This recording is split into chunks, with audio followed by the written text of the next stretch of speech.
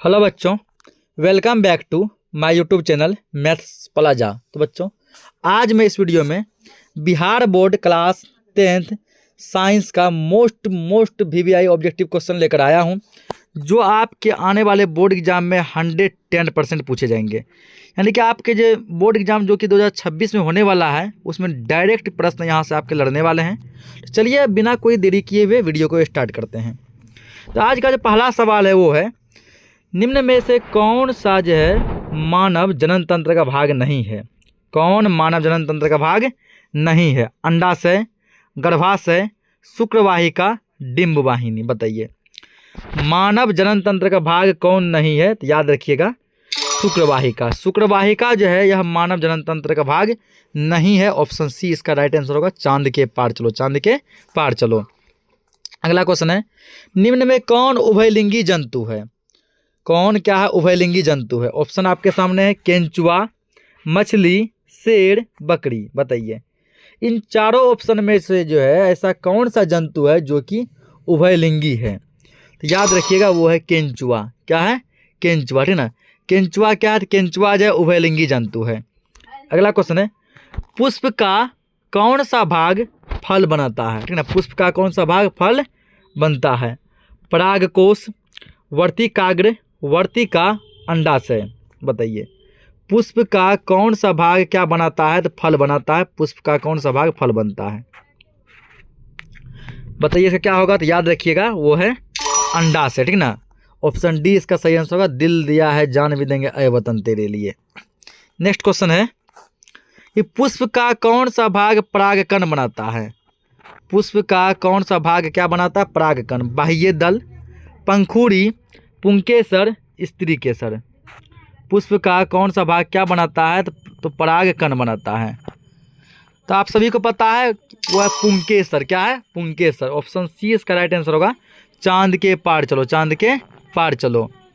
अगला क्वेश्चन है, निम्न में कौन उभयलिंगी जंतु है? फिर से ये रिपीट हो गया, ठीक ना। क्या होगा इसका? केंचुआ हो जाएगा।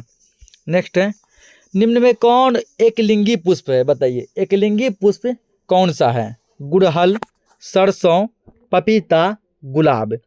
इन चारों में से ऐसा कौन सा पुष्प है जो कि एकलिंगी पुष्प है? तो वो आपका क्या है? पपीता। क्या है? पपीता। ऑप्शन सी इसका राइट आंसर होगा।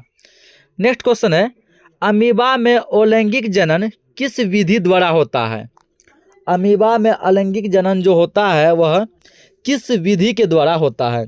मुकुलन, विखंडन, बीजाणुजनन, इनमें सभी। अमीबा में किस विधि के द्वारा क्या होता है? तो जनन होता है, अलैंगिक जनन, ठीक ना। तो याद रखिएगा, अमीबा में होता है विखंडन के द्वारा। किसके द्वारा होता है?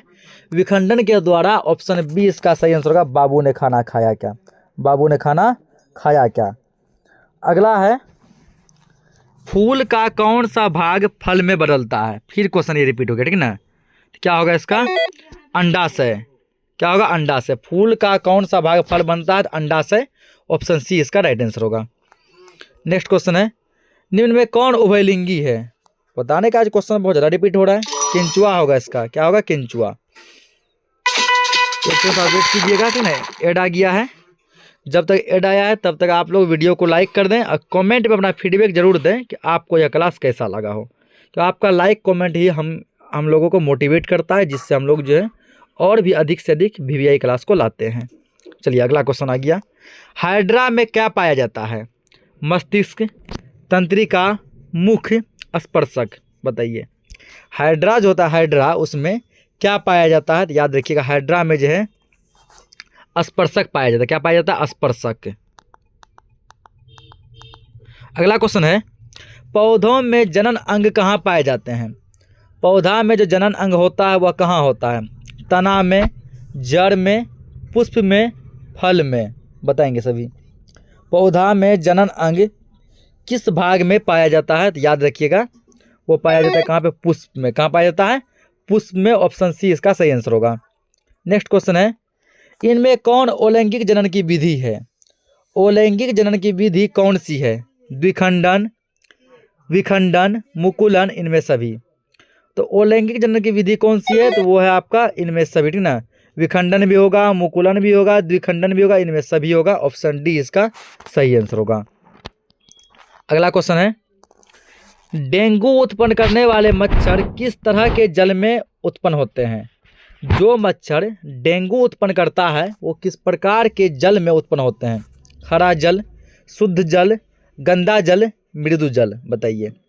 डेंगू उत्पन्न करने वाले मच्छर कैसे जल में पनपते हैं?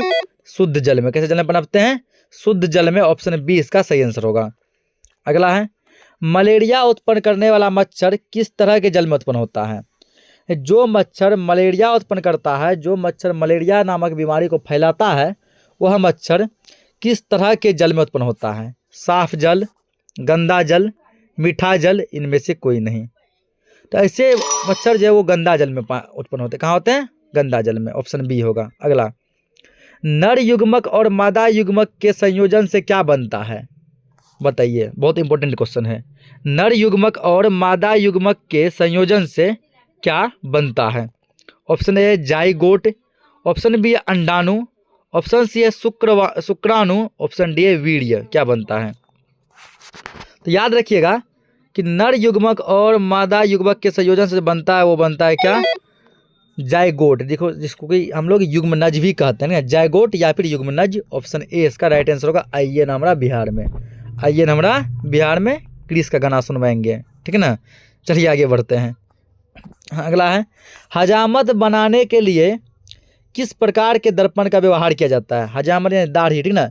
दाढ़ी बनाने वाले सैलून में किस प्रकार के दर्पण का प्रयोग किया जाता है? उत्तल दर्पण, अवतल दर्पण, समतल दर्पण, इनमें सभी, बताइए।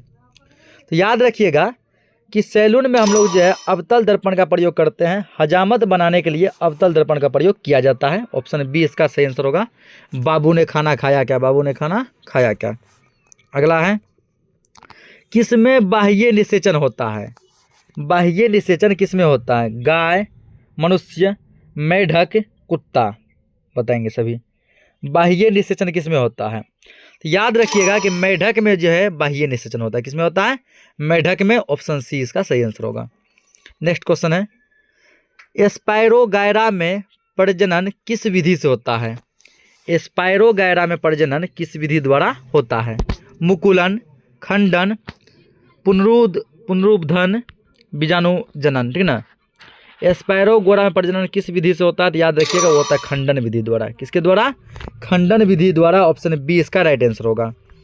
अगला है, सल्फर परमाणु की बाह्यतम कक्षा में इलेक्ट्रॉनों की संख्या कितनी होती है? सल्फर के बाहरी कक्षा में कितने इलेक्ट्रॉन होते हैं?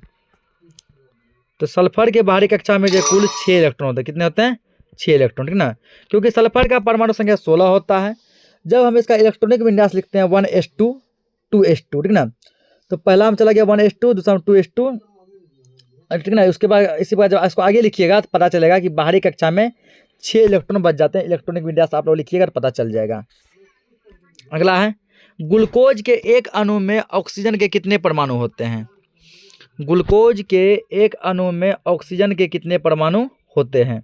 4, 6, 8, 12। कितना होता है? 6 होता है। कितना होता है? 6, ठीक ना। क्या पूछा गया? ग्लूकोज। तो ग्लूकोज का फॉर्मूला आप लोग को पता होगा, C6H12O6। O for oxygen. Oxygen के कितने परमाणु है? 6 परमाणु हैं। तो ऑप्शन बी इसका राइट आंसर होगा। तो फिलहाल यहाँ ऐड आया है तो हम लोग कुछ समय फिर वेट करते हैं।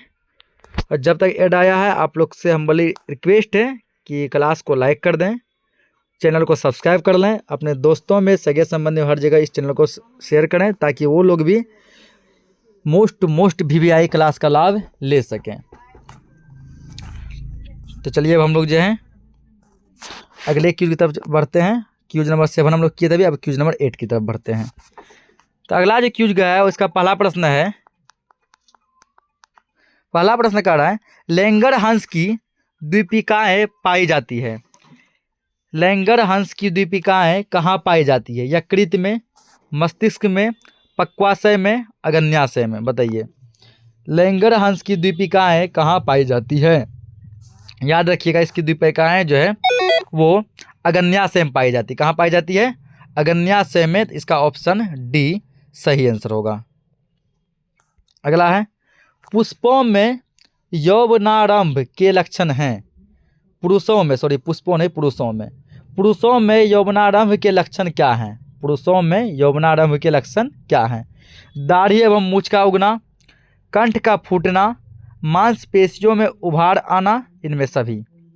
पुरुषों में यौवनारंभ के जो लक्षण है वो क्या है? इनमें सभी, ठीक है। दाढ़ी एवं मूछ का उगना, कंठ का फूटना, मांसपेशियों में उभार आना, हर एक कुछ होगा। अगला है द्विसंकर क्रॉस के फलस्वरूप उत्पन्न पौधा का फिनोटोपिक अनुपात होता है। द्विसंकर क्रॉस के फलस्वरूप उत्पन्न होने वाले पौधा का फिनोटोपिक अनुपात कितना होता है? ऑप्शन ए है 3:1, ऑप्शन बी है 9:3, इसको जब सॉल्व करेंगे तो ये 3:1 ही आएगा।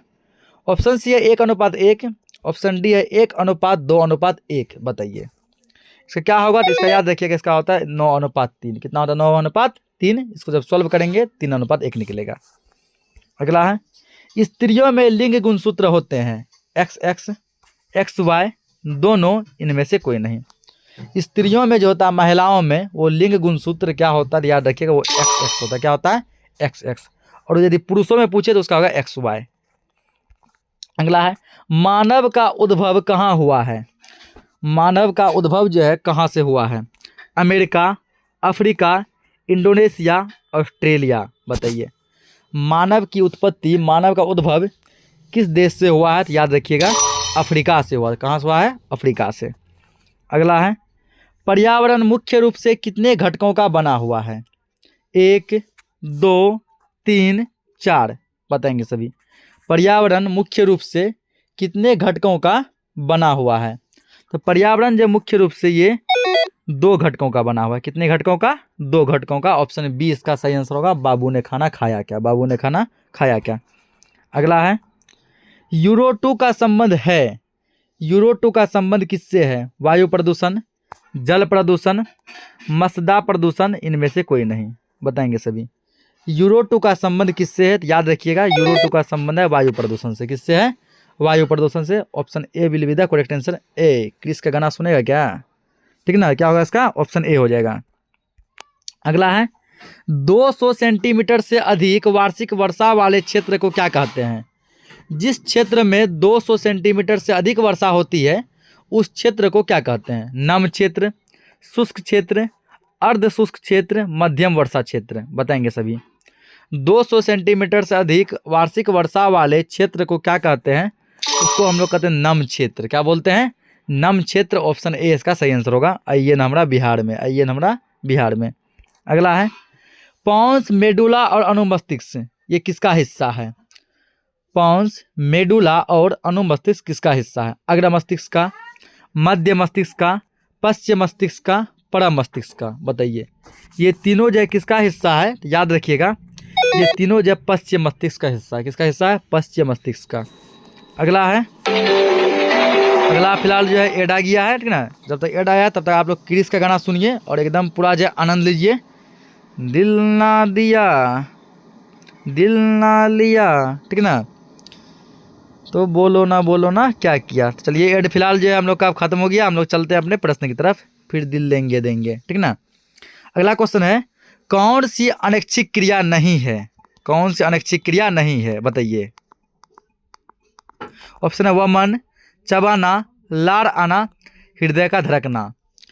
ठीक है, कौन सा जो अनैच्छिक क्रिया नहीं? अनैच्छिक क्रिया आप लोग समझते हैं कि ऐसी क्रिया है ना जो कि अपने आप मान लीजिए होता है। ऐसा कौन सा जो अपने आप नहीं होता जो हम लोग करते हैं? वह चबाना, वमन मतलब वह वोमिटिंग, उल्टी, वो अपने आप होता है, हम लोग नहीं लाते हैं।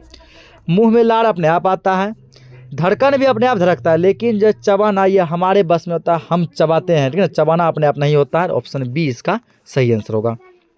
अगला है अलैंगिक जनन मुकुलन द्वारा किसमें होता है? बताइए मुकुलन द्वारा अलैंगिक जनन किसमें होता है? अमीबा में, यीस्ट में, प्लेजामोडियम में, लेशमानिया में। बताएंगे सभी।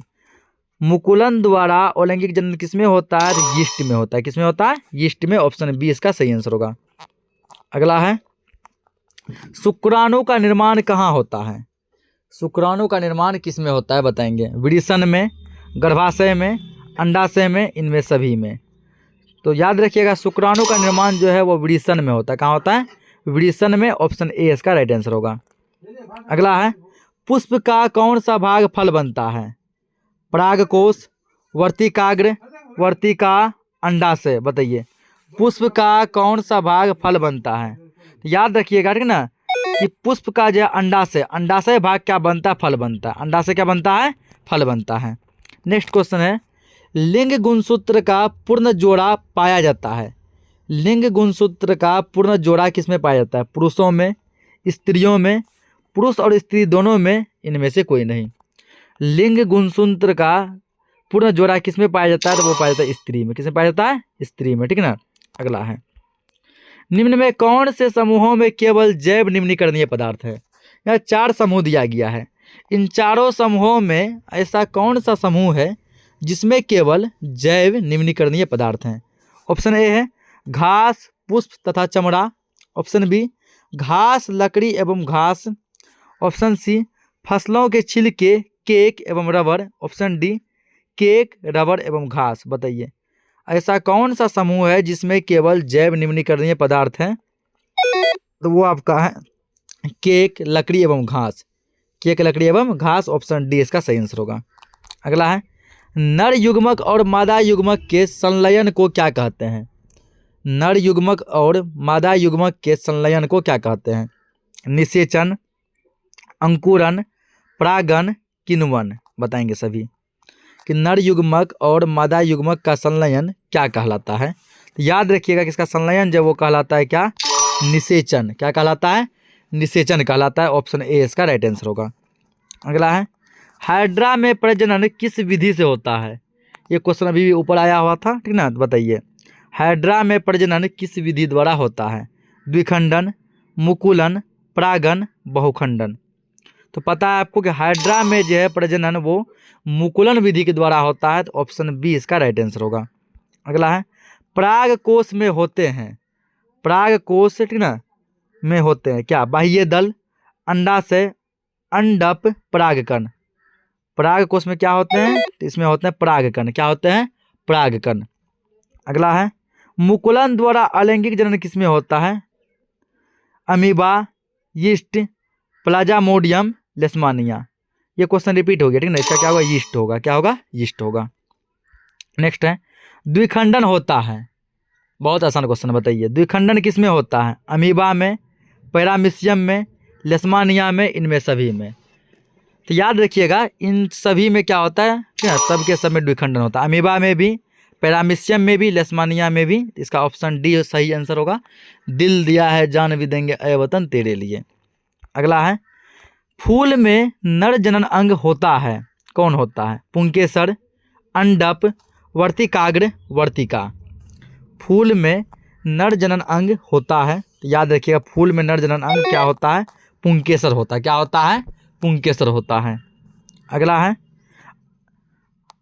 अंडाणु निषेचित होता है। अंडाणु कहाँ पर निषेचित होता है? योनि में, गर्भाशय में, फेलोपियन नलिका में, अंडाशय में। बताएंगे सभी बच्चे कि अंडाणु किस जगह पर निषेचित होता है। याद रखिएगा अंडाणु जो है फेलोपियन नलिका में निषेचित होता है। कहाँ होता है? फेलोपियन नलिका में निषेचित होता है। ऑप्शन सी इसका सही आंसर होगा। चांद के पार चलो, चांद के पार चलो। अगला क्वेश्चन है, शुक्राणु बनता है। शुक्राणु कहाँ बनता है? वृषण में, अंडाशय में, गर्भाशय में, मूत्राशय में। बताएंगे सभी बच्चे।